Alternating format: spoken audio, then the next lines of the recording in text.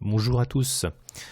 Alors aujourd'hui, on va pas parler spécifiquement d'un logiciel, on va plutôt parler en fait de ce qui se cache derrière la dénomination d'image vectorielle. On a souvent parlé d'image vectorielle quand on parlait d'Inkscape.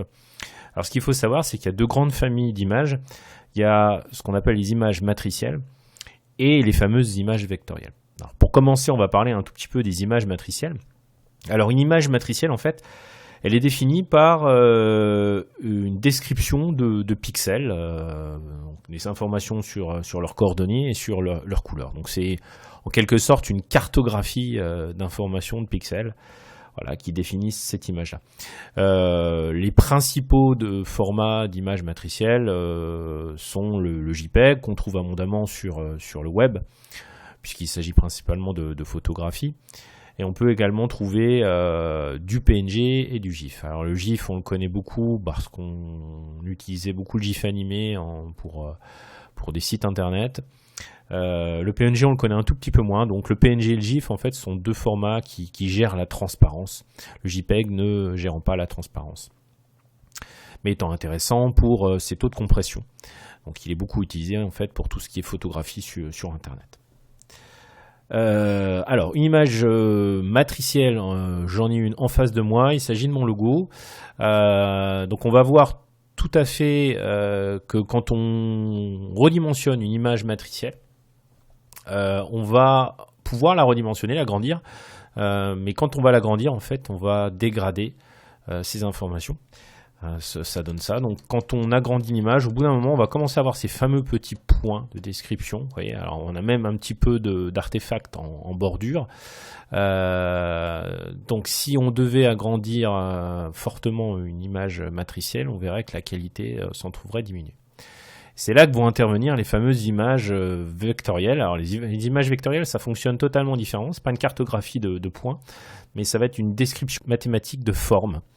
Ce qui fait qu'en fait on va pouvoir agrandir à l'infini pratiquement.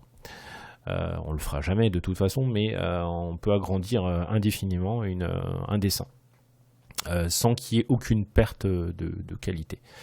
Alors son inconvénient effectivement, c'est que ce type de format ne convient pas du tout pour des photographies. On va plutôt utiliser les images vectorielles quand on va faire de l'illustration, du dessin, des icônes, logos, ce genre de choses. Et ça va être particulièrement intéressant aussi pour des usages sur le web. Alors, je vous propose d'ouvrir mon logo sous Inkscape, voilà, pour voir un petit peu ce qui se passe. Donc on a une image. Bon, le logo est assez simple, hein, on a une partie qui est un C en vert.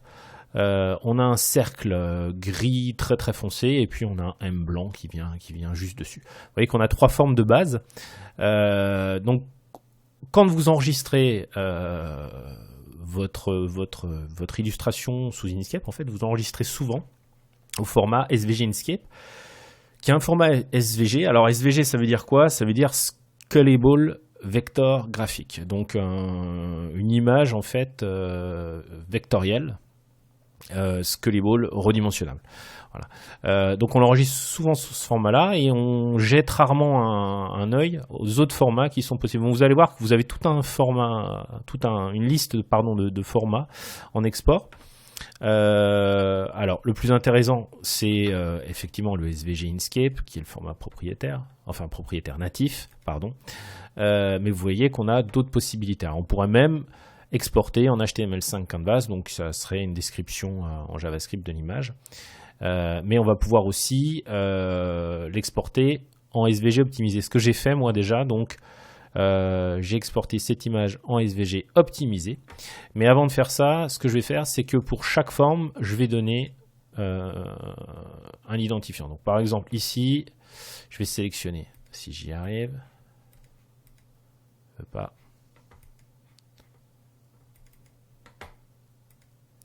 Alors je reprends, j'avais un petit souci, j'avais une fenêtre visiblement qui était derrière que je n'avais pas vue. Donc voilà, si je sélectionne cette forme-là, en fait, en faisant un clic droit, je vais pouvoir définir des propriétés de l'objet. Alors ça ne va pas vous parler, ça sert beaucoup en fait quand on utilise ces formes-là dans une intégration de page web. Donc on peut donner en fait un ID. Alors moi je vais donner un ID. Ça vous permettra juste de voir un petit peu ce qu'en fait le logiciel code. Donc on va dire que ça c'est ces formes, définir. Voilà. Ensuite, ça va être mform.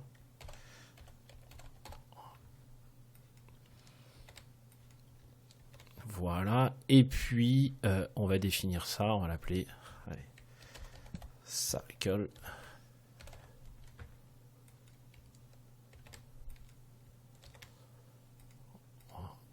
Voilà, ça devrait être bon. Je vais l'enregistrer en SVG optimisé. Donc moi je l'ai appelé logo-hot. Voilà, je le remplace. Et puis ensuite, ce qu'on ne fait jamais en fait, on va pas ouvrir le fichier que je viens d'enregistrer avec Inkscape, mais on va l'ouvrir avec un éditeur de texte. Alors j'ai jamais essayé d'ouvrir avec style un bloc-notes. Je pense que ça fonctionnerait. Moi, je l'ouvre avec avec bracket. Et voilà ce que ça donne. Donc, vous voyez qu'on a un balisage, évidemment, et chaque forme que constitue le logo va être décrite ici. Donc, vous voyez qu'ici, par exemple, je retrouve mon C-form. Alors, il n'a pas pris pour le cercle, on devrait avoir ici cycle. Et puis, par contre, il a bien pris pour C-form et M-form. En fait, donc, on a mathématiquement une description de ces formes avec des coordonnées ici. Et puis, on va avoir la couleur du remplissage. Ce qui fait qu'avec un éditeur de texte, en fait, on va pouvoir modifier, on peut même modifier code hexadécimal de ces couleurs-là. Voilà. Bon, je pense qu'il n'y a pas grand-chose d'autre à en dire. Enfin, si, il y aurait certainement beaucoup de choses à en dire, mais pour comprendre un petit peu cette notion d'image vectorielle, il était fondamental, effectivement, de regarder un petit peu ce qui se passait quand le logiciel enregistrait le fichier. J'espère que ce tuto vous a plu, et on repartira peut-être avec des tutos qui ont un peu plus d'intérêt, pas un peu plus d'intérêt, mais qui sont un peu plus orientés logiciels la prochaine fois. Voilà, je vous souhaite une excellente journée, au revoir.